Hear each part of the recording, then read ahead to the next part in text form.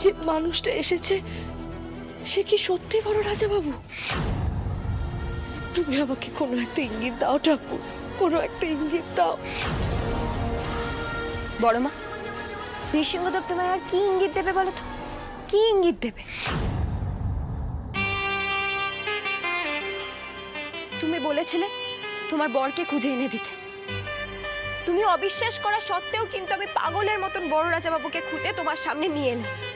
তুমি জানো কত বিপদের সম্মুখীন হতে হয়েছে। অবশ্য সেই সব জেনে তুমি আর কি করবে, কিন্তু যেই মানুষটা এতদিন পথে পথে ঘুরে বেরিয়েছে তাকে দেখেও তোমার কিছু মনে পড়লো না, কিচ্ছু না। আর এখন এখানে এসে তুমি কাঁদছো, ঠাকুরের কাছে আরো ইঙ্গিত চাইছো। আমি যে মানুষটাকে চিনতাম সে তো উনি নয় রে পুলকি।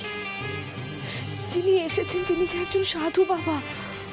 উনি তো কিচ্ছু বুঝতে পারছেন না, এদিক ওদিক দেখছেন শুধু। আমি ভেবেছিলাম তুমি অন্তত নৃসিংহদেবের ইশারাটা বুঝবে, কারণ তুমি তো সবার প্রথম নৃসিংহদেবের ইশারাটা পেয়েছিলে। বলো,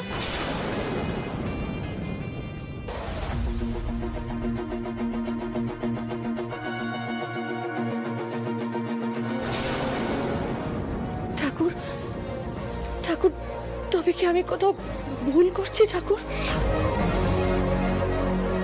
ছোট রানীমার জন্য তোমার বোধ বুদ্ধি কিছু কাজ করে না। বড়, তোমাকে আর কতভাবে বোঝাবো বলো তো? আমি ছোট রানীমার সবকিছুর মূলে। কিন্তু ভুল কি আমি যে কাকে বিশ্বাস করবো আর কাকে অবিশ্বাস করবো আমি যে কিছুই বুঝতে পারি না। এত বছর ধরে তো ছোট আমার কোনো ক্ষতি করেনি। এটা তোমার মনের ভুল বড় মা, এটা তোমার মনের ভুল। উনি সবকিছুর মূলে, উনি তোমার সব সর্বনাশের মূলে। তুমি এতদিন ধরে অন্ধ হয়েছিলে, উনি তোমাকে ভুল ওষুধ খাইয়ে জড়ো ভরত করে রেখেছিলেন। কিন্তু সে কথা তো তুমি মানতে চাও না বড় মা। তুমি ভাবো যে ছোট রানীমা বোধহয় ওষুধের বিষয়ে কিচ্ছু জানে না, কিচ্ছু না। আর কতভাবে বোঝাবো তোমায়, কতভাবে? বড় রাজা বাবুকে খুন করতে চেয়েছিল ছোট রানীমা। আমি পদে পদে বুঝতে পারছি ছোট রানীমার লোক আমাদের মারতে চাইছে। ফুলকি ফুলকি তুই কি একেবারে নিশ্চিত ওই লোকেরা সব ছোট লোক? তুই নিশ্চিত কি? বড় মা তোমাকে আর আমার কিচ্ছু বলার নেই, কিচ্ছু না। তুমি এত কিছু পরে একই কথা বলছো, একই কথা। ফুলকি শিগগিরই চলো, জ্যাঠামশাই চুলদারি কাটা হচ্ছে। বড় মা তুমি এসো,